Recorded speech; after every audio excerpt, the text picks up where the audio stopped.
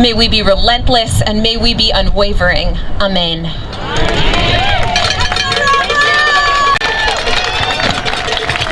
Please give it up for Miriam, our rabbi.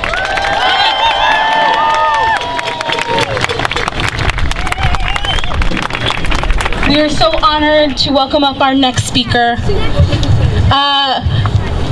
Sumaya Awad is a DSA New York member and Adela Justice Project. Please welcome her. We are so grateful that she's here.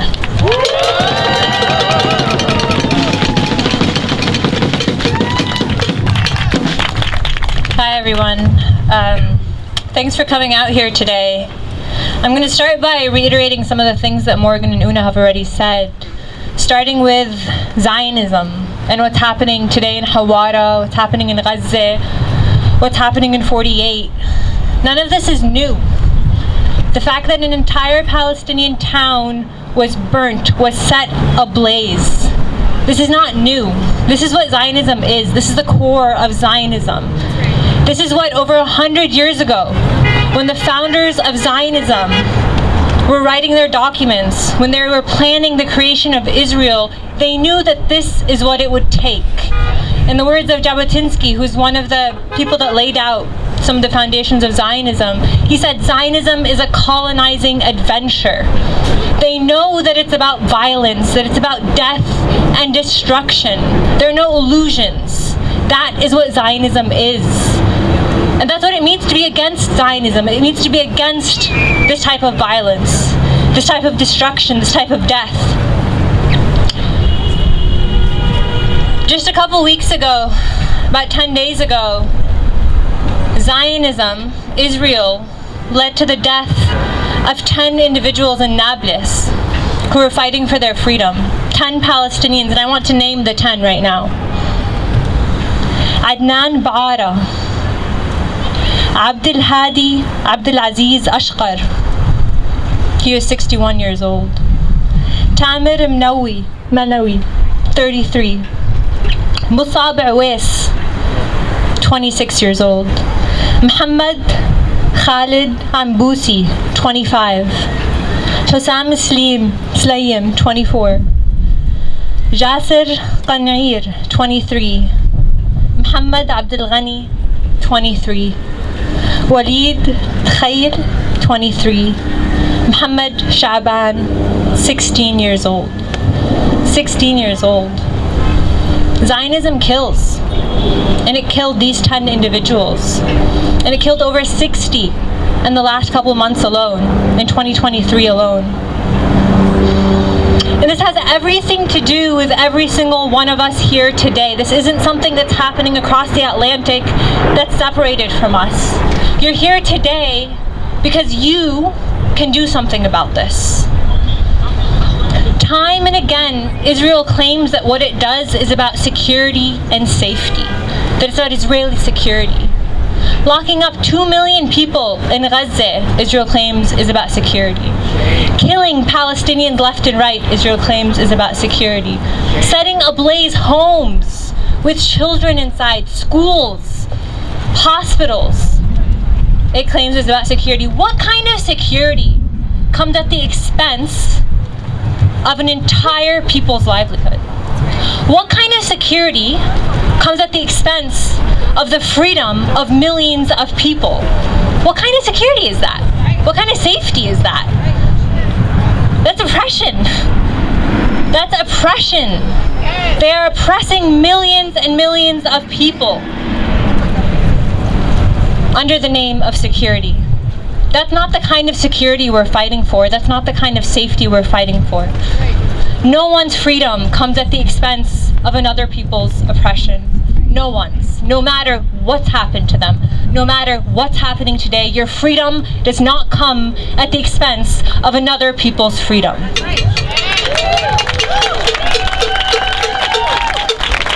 This has to do with all of you today because the U.S. is funding Israel.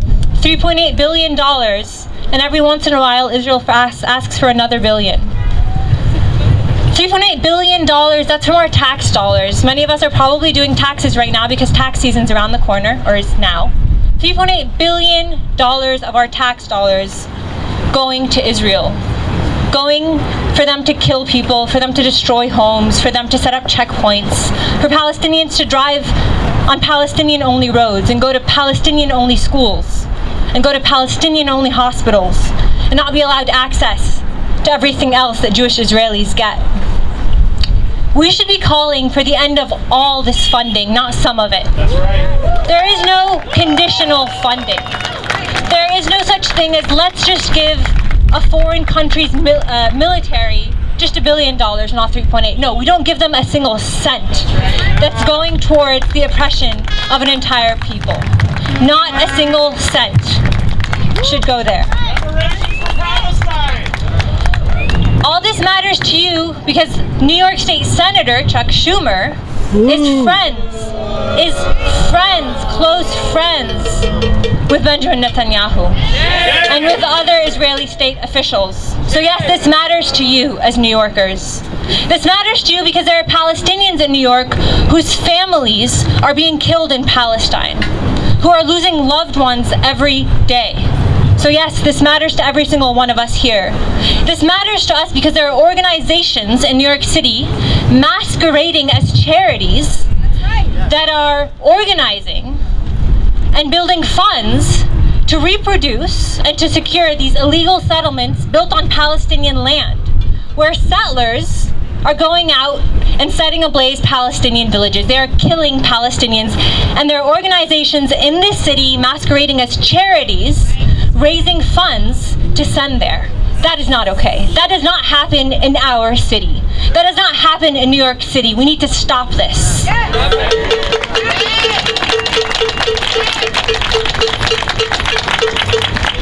We shouldn't only come out like this when Palestinians are dying, when Palestinian villages are set on fire, when Gaza is being bombed to smithereens. That's not what should ignite our passion for Palestine. You should be moved and you should be inspired by a vision of freedom and liberation, not by death and destruction. Yes. So when you leave here today, don't just wait for the next email to come out about a protest like this. What organization are you going to join? That's what you should be asking yourself. What BDS campaign are you going to join? What Palestinian group in New York City are you going to help uplift, help fund? What what organization masquerading as a charity are you going to protest? Are you going to say, no, I don't want you in this city. No, you cannot raise money for settlements in this city. Enough talk about qualified freedom. Enough of Palestine should be free, but XYZ. No. It's Palestine should be free, period. We are not interested in qualified freedom. We are not interested in conditioned freedom. Frankly, neither should any of you when it comes to all the struggles that I'm sure are represented here today. We're calling for full freedom. We say from the river to the sea because we want full freedom for all Palestinians. In 48, in Gaza, in the West Bank, Palestinian refugees all around the world, including those here in New York City. That's what we mean when we say from the river to the sea. We mean freedom for all, no exceptions, no qualifications. So no more Palestine should be free, but Palestine should be free, period. Palestine should be free, period. From the river to the sea. Thank you. From the river to the sea! From the river to the sea! From the river to the sea! Thank you. Thank you, Sumaya. Thank you, Sumaya. We commit to fighting with you until the day when you and your entire family are able to return home. We love you.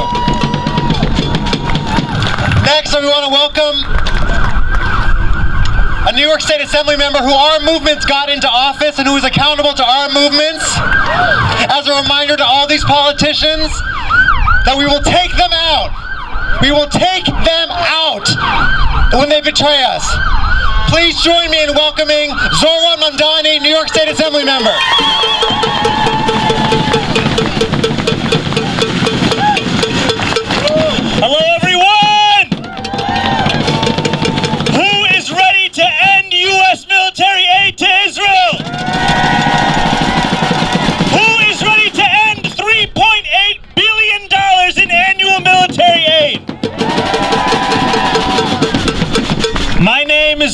Mamdani. I am the assembly member for the 36th district here in New York State. That is Astoria and Long Island City. And I am proud to be here at this protest. I am proud to stand unapologetically for the freedom of Palestinians. It is at the core of my politics. I began my journey into organizing by co-founding my college's first Students for Justice in Palestine. It was Palestine that showed me what does consistency mean. It was Palestine that taught me the phrase of progressive accept Palestine, PEP. It was Palestine that taught me whether or not I could believe in a politician or in a movement on the basis of would they draw the line of exception at Palestinians? Would that be the one inconsistency that they were able to stomach? And we are here because those days are over. Those days of drawing an exception when it comes to Palestine and calling yourself a progressive are over. And we are here today also because of what has happened in Hawara. And I think about those words, the words that have been shared today of the finance minister of Israel, Smotrich, who said that the village of Hawara needs to be wiped out. And then he said, I think that the government of Israel should do it. And in his words, he said, not, God forbid, private individuals. And in response, the State Department said these words were disgusting, they were reprehensible. But talk is cheap. Talk is cheap. We don't want to hear any more criticisms of words that have offended your sensibilities. If the actions that those words are calling for are ones that you are fine to subsidize. What we want to see is the end of U.S. military aid. And we want to see that because today and every day prior to this, we have seen how our tax dollars subsidize the IDF's murder of 14 Palestinian children this year alone. It subsidizes the IDF going into Nablus and killing 10 Palestinians. It subsidizes the murder of Abdel Hadi al-Ashkar, as Sumaya was saying, a 61-year-old Palestinian man who died in the arms of his son, an ER nurse in the hospital. It subsidized the assassination of Shireen Abu Akleh. It subsidizes all of the things that we see that together make up a system of apartheid. There is blood on our hands as Americans. And what we are calling for today is to end that complicity. To end that complicity. And to end the subsidization of a system of apartheid. And when I say such things, and when so many others say such things, we are often tarred with the characterization of being anti-Semitic. And let's be clear, anti-Zionism is not anti-Semitism. It is not. And we will not be scared into believing that it is. Because we know that this is a politically motivated charge seeking to silence us from calling out the truth.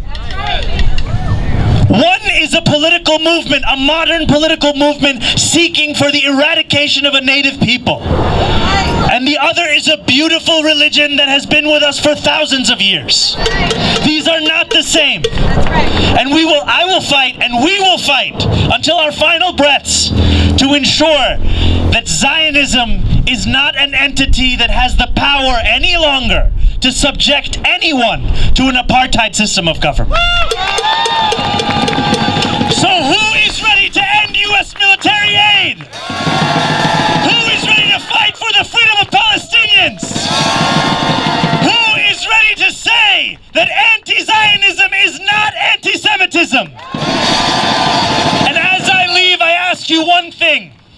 Whenever you see a politician, ask them where they stand on Palestine. Too often they feel that Palestine only comes with a cost. that if I speak up, I face the consequences. We want to change that equation entirely. There is a cost from this day forward to your silence. And when you see an elected official, be it a city council person, be it a state assembly person, be it a state senator, be it a congressperson or a senator, ask them, where do you stand on Palestine? Where do you stand on Palestine? And that is how you will know if they deserve your support. So thank you all so much. It is now my great honor and privilege to call upon another elected official to join us up here on the stage. I have been here from the State Assembly. You are now going to hear from a state senator, Jabari Brisport!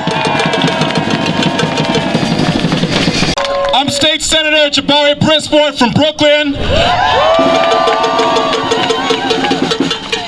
And I stand here in solidarity with all of you because I know that until the Palestinian people are free, then neither are we.